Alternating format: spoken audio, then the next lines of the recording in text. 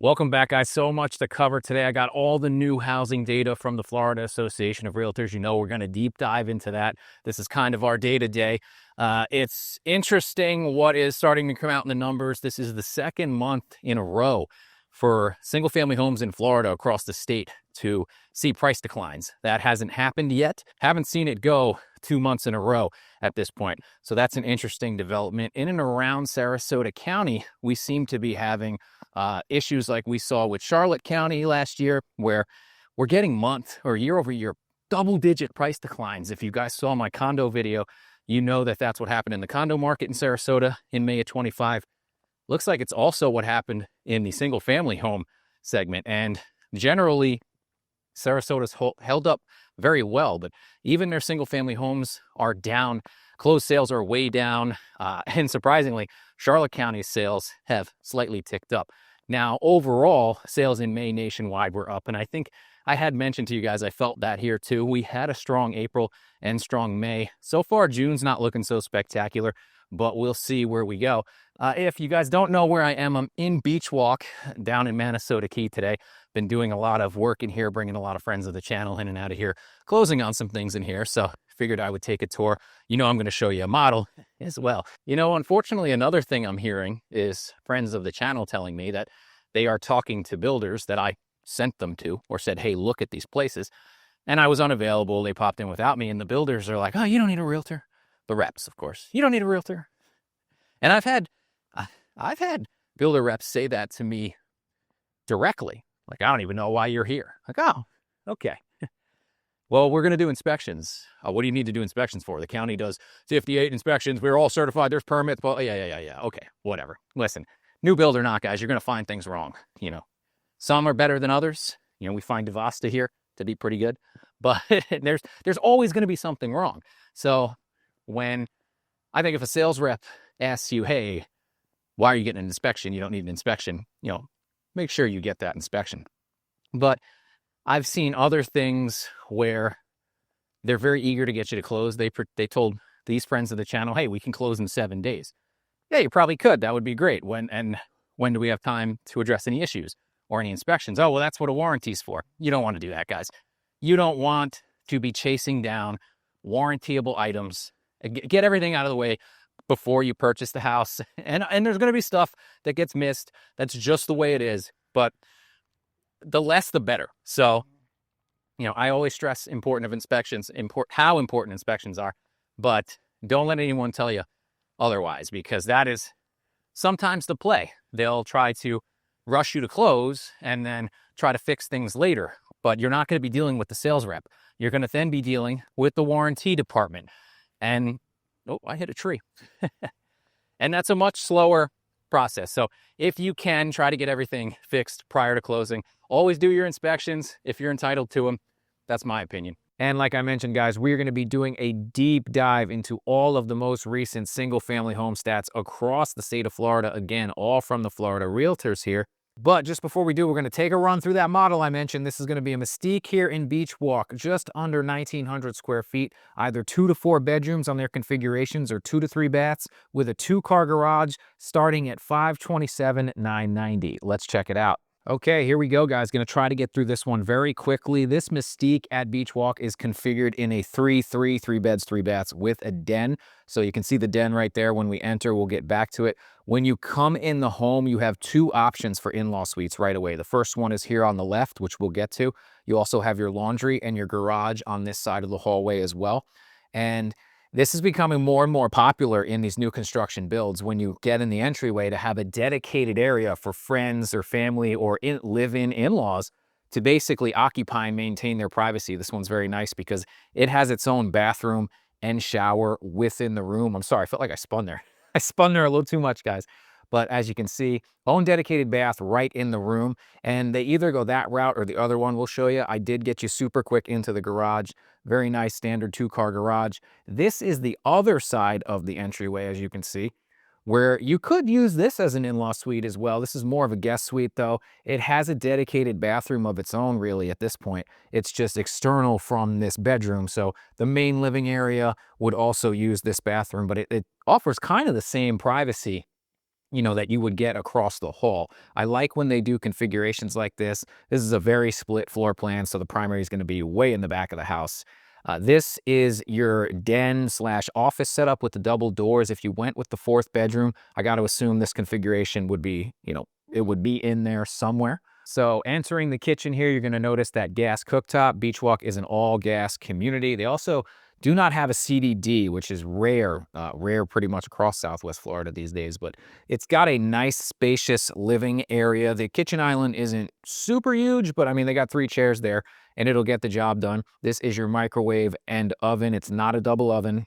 I used to confuse that all the time. That's why I like to point it out. Obviously the pantry here, but it's a nice setup because you could utilize the dining area the way they did it or put it over by that seating area in front of us as well.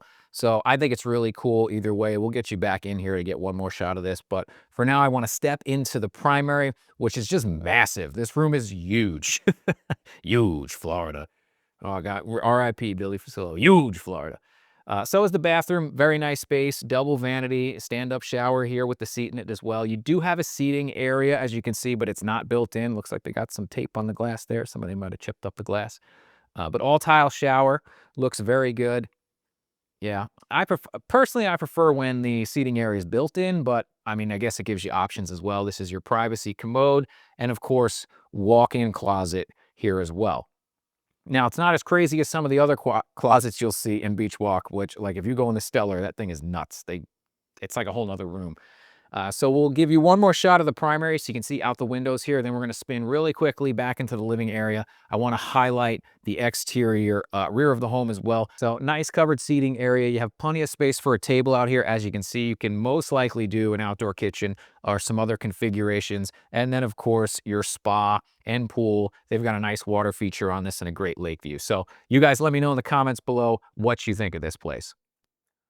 All right, friends, let's dive in again. This is going to be all single family home stats. We're going to start with the entire state of Florida. Then we're going to dive into Miami, Tampa, all of Southwest Florida, Orlando. Going to take a look at West Palm Beach as well because people have been asking me about it. I don't work over there, but we're not going to do condos here. If you guys are interested in condos, I will pin my condo video I just did with the stats on those as well. It's just mostly Southwest Florida, but not looking much better. So closed sales down for the entire state. 5.7% this May. Again, guys, this is May of 25 as compared to May of 24. We call that year over year. Paid in cash down quite a bit too, 13% drop. I've been telling people that cash deals have kind of been sliding all year. Median sales price dropping 2.7%, average down 3.6%. So this is another month of declines for single family homes. Year over year in Florida, we haven't really seen this at all yet. We haven't seen any kind of declines. So even these are small, don't get me wrong, they're still meaningful. Dollar volume down 10%. The median time to contract is up 25%, still only taking like 44 days. And that's going to be reflected in your month supply of inventory. 5.6 months is well, they call it a balanced market. I think it's starting to get more towards buyer territory. On a state level, every area we're going to dive in, guys, is going to be different. It's all local. That's a 30% increase from last year. The active listings are up to 117,000 single-family homes. So people will get confused with this statistic. They'll see this near 200,000, but that's usually inclusive of condos, townhomes, manufactured homes. I like to just segregate out the single-family homes. That is up 28%. And as I always mention, this would probably need to double still to come towards, 2009 levels, but some areas in the state are at 2009 levels of inventory, and this is still a substantial jump each year. Pending inventory down 4%, new pending sales down 7%, and if people don't know what that is, your new pending sales, this is basically everything that got an offer accepted on it in the month of May for 2025 as compared to the previous May. So things going under contract in May, really not that far off. This is total pending inventory. That is everything that's under contract, regardless of when it was accepted, is down 5% year over year. All right, guys, and if you enjoy this content, please like this video. Maybe consider subscribing to the channel or leaving a comment below letting me know. So we begin the journey around the state. Tampa, St. Pete, Clearwater MSA sales down 4.2%, kind of echoing statewide. Paid in cash didn't take as big of a hit. It's only 3.6% down, but median sales price down almost 4%. Average sales price down 3.2%. Again, Tampa area, not a place we really saw price declines previously. I'm starting to see it more and more each month. And this is what happened in a lot of areas of Southwest Florida. And then all of a sudden, as you'll see, these numbers start to get quite a bit larger. Their new pending sales are actually up for the month of May, but it looks like total pending inventory is stagnant. They are sitting at 14,000 and change. Active listings, a 33% increase last year, bringing them to a month supply of 4.4. Now, this is getting interesting. That's a 37% increase. I mean, this number used to start with a 1.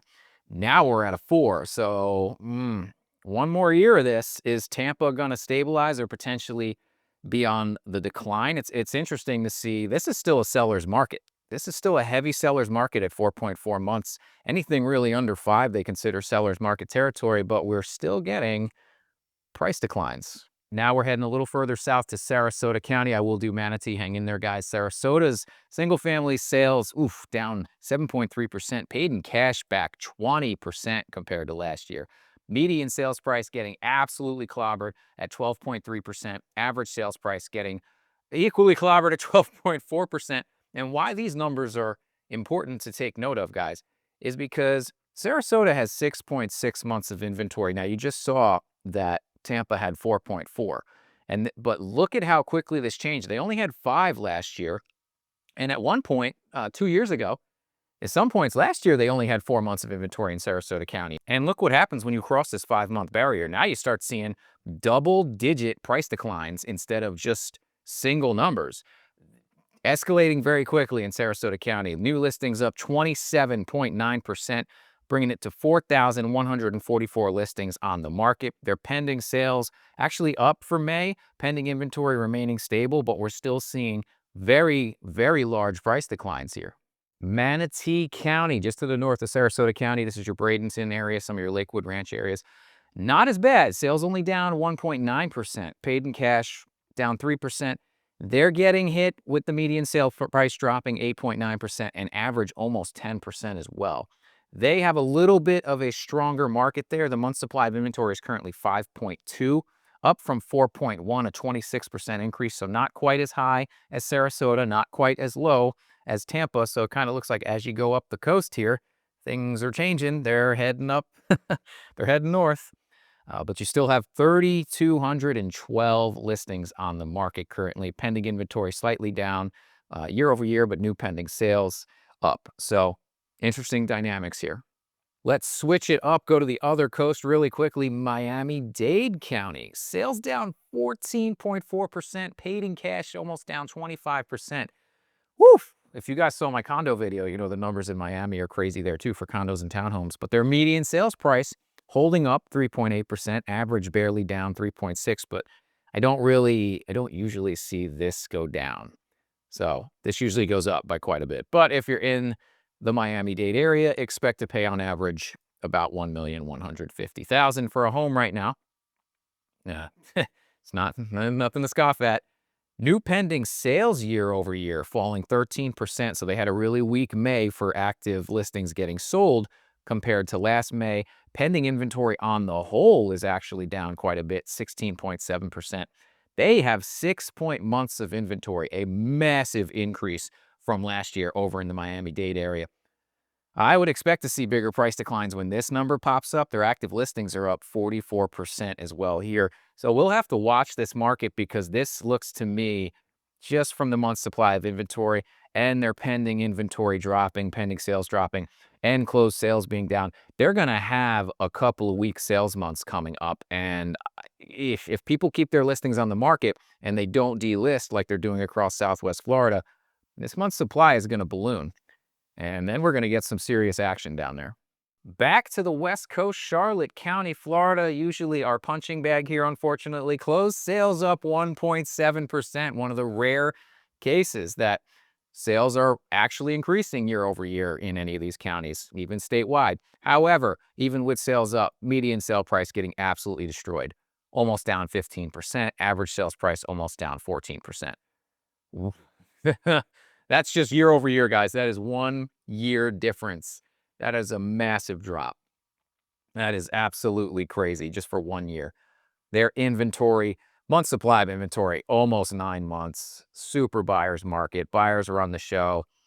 It just keeps going up in Charlotte County. It's crazy. Now, their active listings decreased quite a bit. This number in the previous months was over 4,000. So just about 300 homes less now. Still an elevated number from last year. Still 21% higher than last year, but whew, that's still a lot of homes. I mean, this number used to be like 800 in the mania. Pending inventory on the whole is down 5.9%, but new pending sales were up at 11.4. And why the reason I think that is Charlotte County is returning to its rightful place in history as, unfortunately, right now, when you look around everywhere else, one of the more affordable areas of Florida. Now, you decide what's affordable. Is the median sales price at 325 or the average at 403 affordable to you? I don't know. That's everybody's personal decision, but it's probably one of the cheapest areas on the Southwest coast right now to get a property because there's just too many listed. Heading further south to Lee County, kind of the same story, except their sales are slightly down. Paid in cash going off the cliff as well. Median sales price down almost 12% from last May. Average down almost 8.2.